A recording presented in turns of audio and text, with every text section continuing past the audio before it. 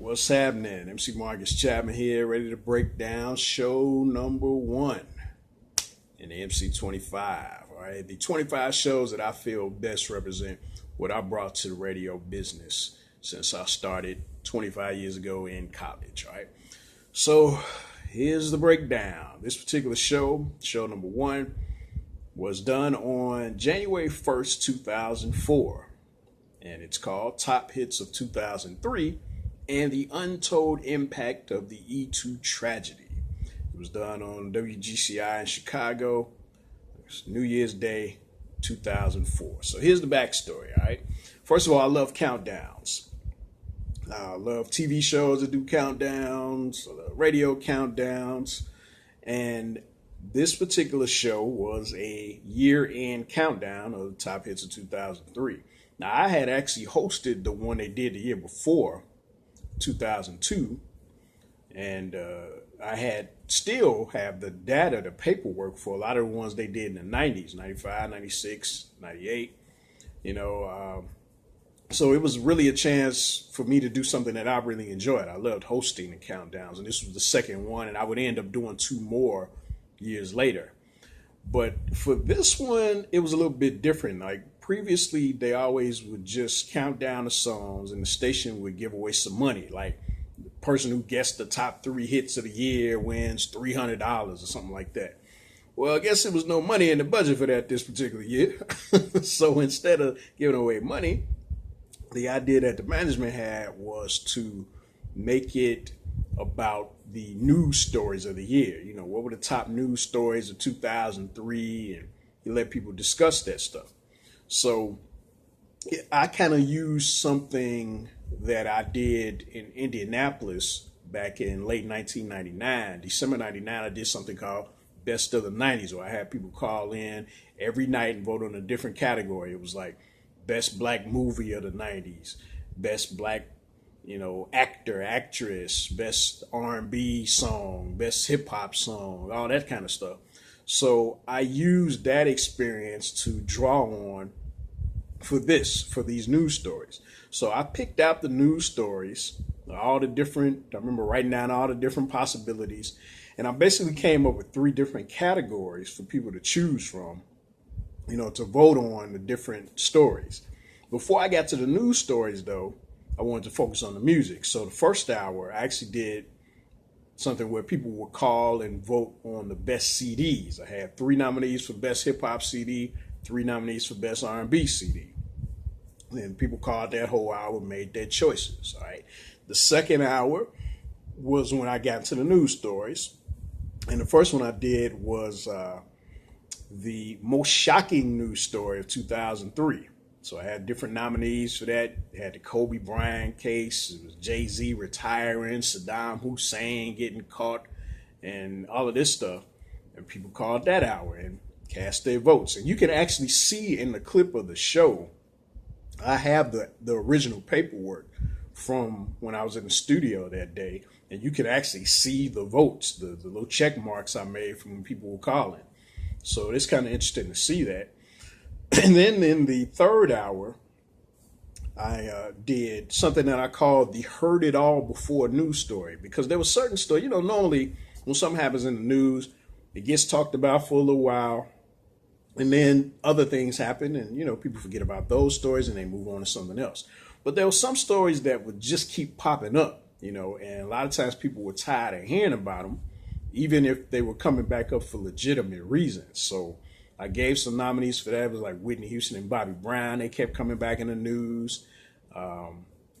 Michael Jackson, his child molestation case came back in the news in 2003 when that had been a big deal like 10 years prior.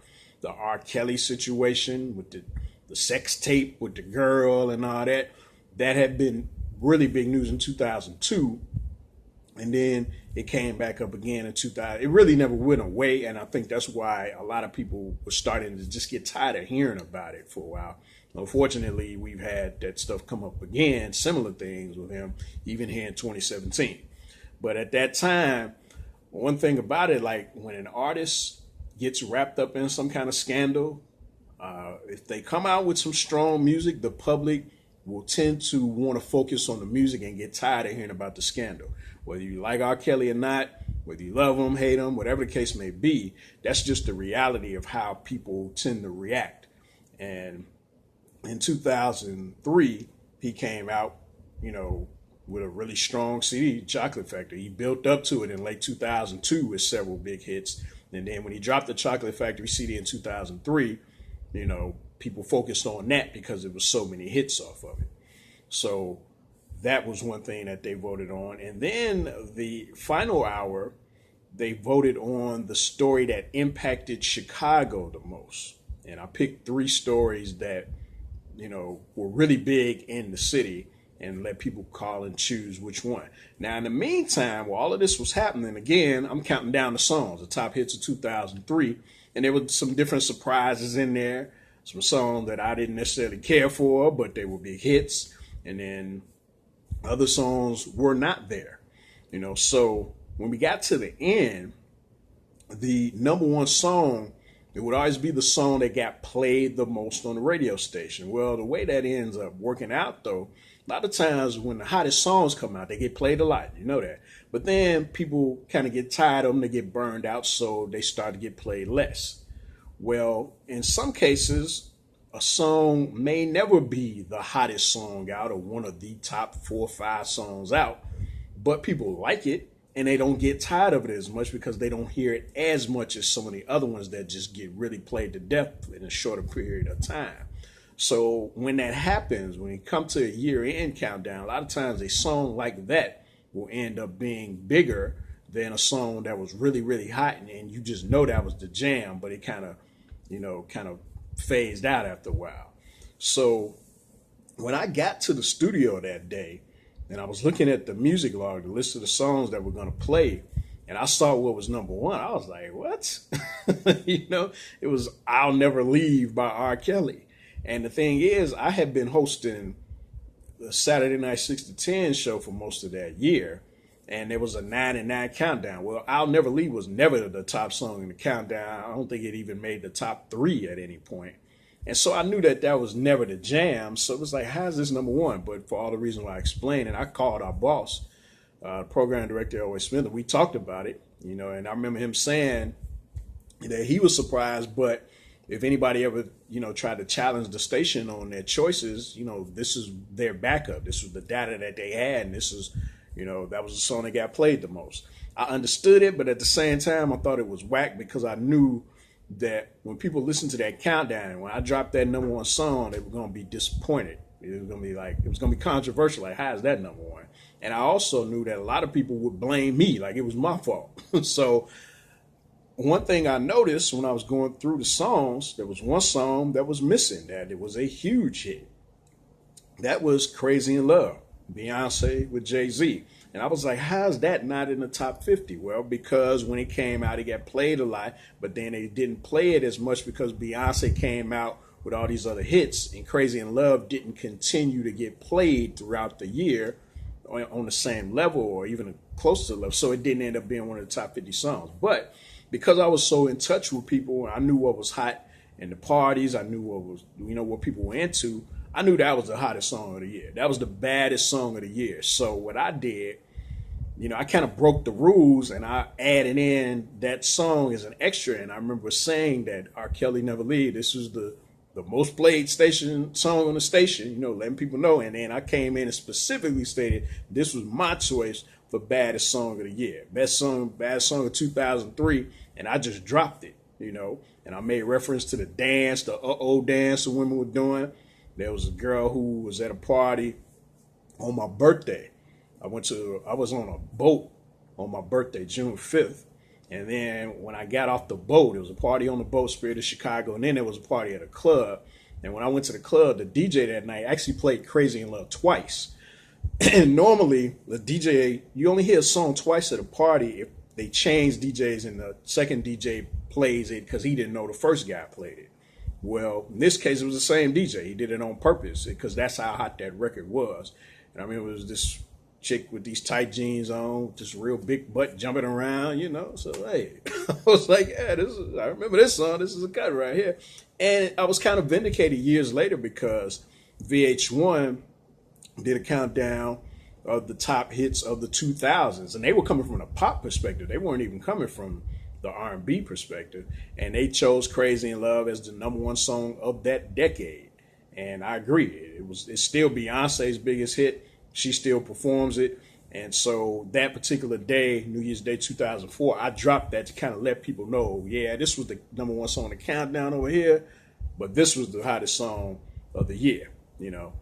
And then once all that was over, I got into, I announced what tragedy or what news story impacted Chicago the most, and that was the E2 tragedy. For those of you who are not from Chicago or are too young to remember, basically there was a club called The Click in the late 90s, a great club. I had a lot of good times there. They closed down around 1999, and then they reopened in 2000 as E2. They had a restaurant at the bottom called Epitome, and then at the top they had E2, the club. And even though it was similar, it was the same building, but it wasn't the same club. It definitely was not the same. And I had been gone. I wasn't even in Chicago when they made that change.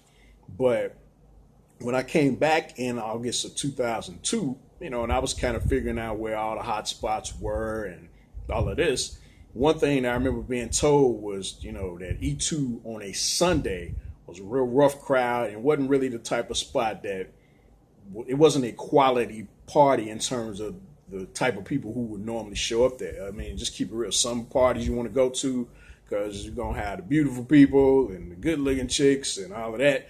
And then some spots are more hood, more ghetto, whatever words you want to use.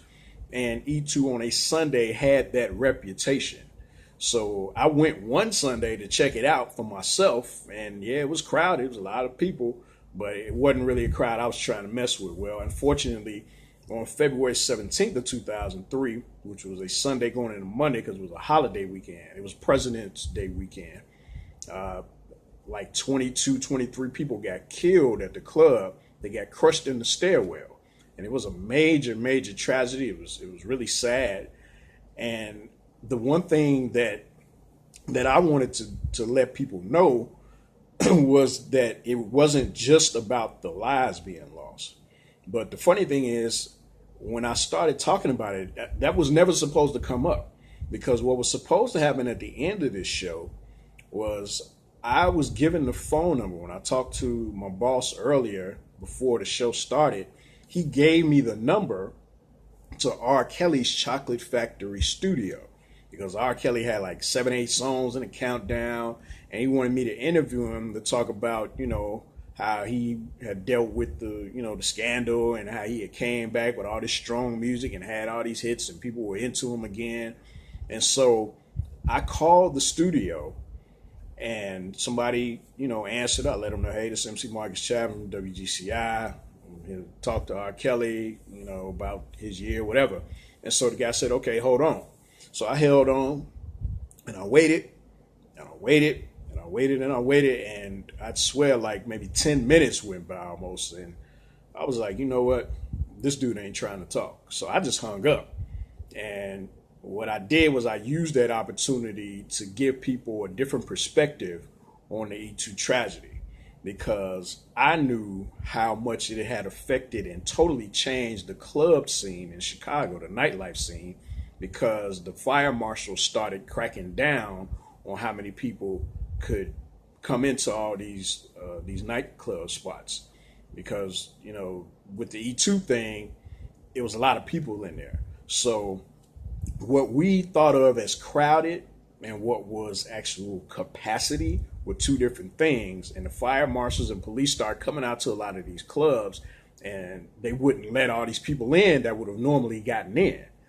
And so what ended up happening is, because of E2, the rules changed on what we could do as on-air personalities in terms of getting the information out to the public. So before, the clubs or the party promoters would hire myself or somebody else from the station to host the event, and we could mention it once an hour on the day of the event.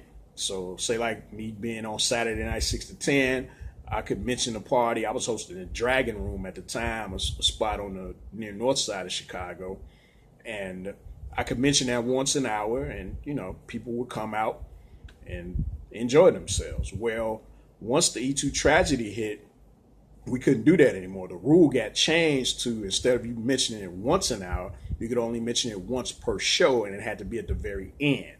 When the promoters found that out, it was like, well, we not gonna pay for that. Like, why are we gonna pay all this money for you to say something one time?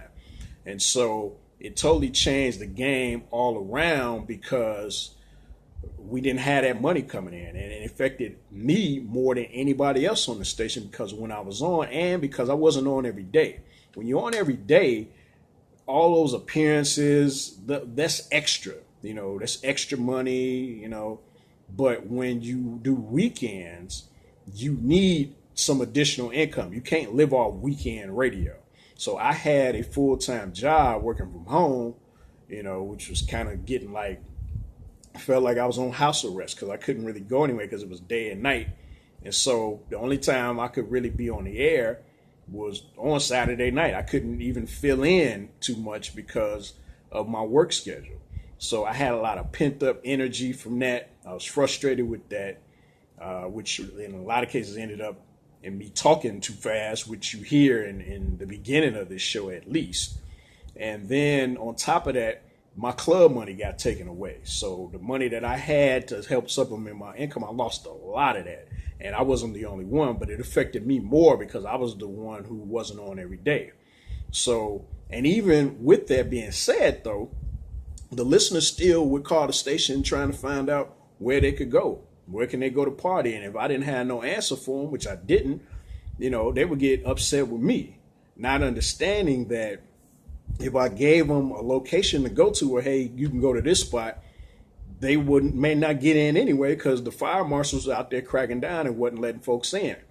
So people would be out there standing around for 30, 45 minutes waiting in line to get in these clubs and not get in. They get frustrated and leave. And even if they did get in, they be inside and be like, well, it ain't even hardly that many people in here. This ain't even all that popping. So the idea of sending people out there to do that and having that happen to them, they was going to end up blaming me, So before, when I was hosting an event, I could tell them, hey, I'm going to be at the Dragon Room, or so-and-so is going to be at this spot. You might want to check that out. Couldn't do that no more. So it became very frustrating, because the expectations for that information was still there, but I couldn't get that information out to people the same way anymore. And I didn't have the money coming in from doing it in the first place. So it affected my income and my situation. It made things very difficult at the station for me, because now I was looking at them like, well, if you put me on every day, we're not going to have these issues, because you don't have to worry about me coming to work, or if I'm available to work, because I won't have this other job taking away that time. And it just never ended up working out. So 2003 was a very, very, very difficult year for me. And so this show, when I start talking about the whole untold impact of the E2 tragedy, I was really getting a lot of my own personal pain out. But at the same time, I did it in a way where it didn't necessarily seem like I was doing that. I was just giving people the information as to why we weren't able to tell them where they could go, and how it all tied into the E2 tragedy, even if they weren't people who went out that often, because your friend having a birthday party, or you got relatives in town, they want to go out. If you didn't go out, you would call the radio station to find out where you should go, because there wasn't no go on Instagram and Facebook and all that stuff. That stuff didn't exist in 2003, 2004. So people would call the station, and they expected me and other personalities to be able to give them this information. And for all the reasons I just named, it just wasn't possible. So I was really dealing with a lot of messed up stuff at that time. It just kind of felt like things were falling apart.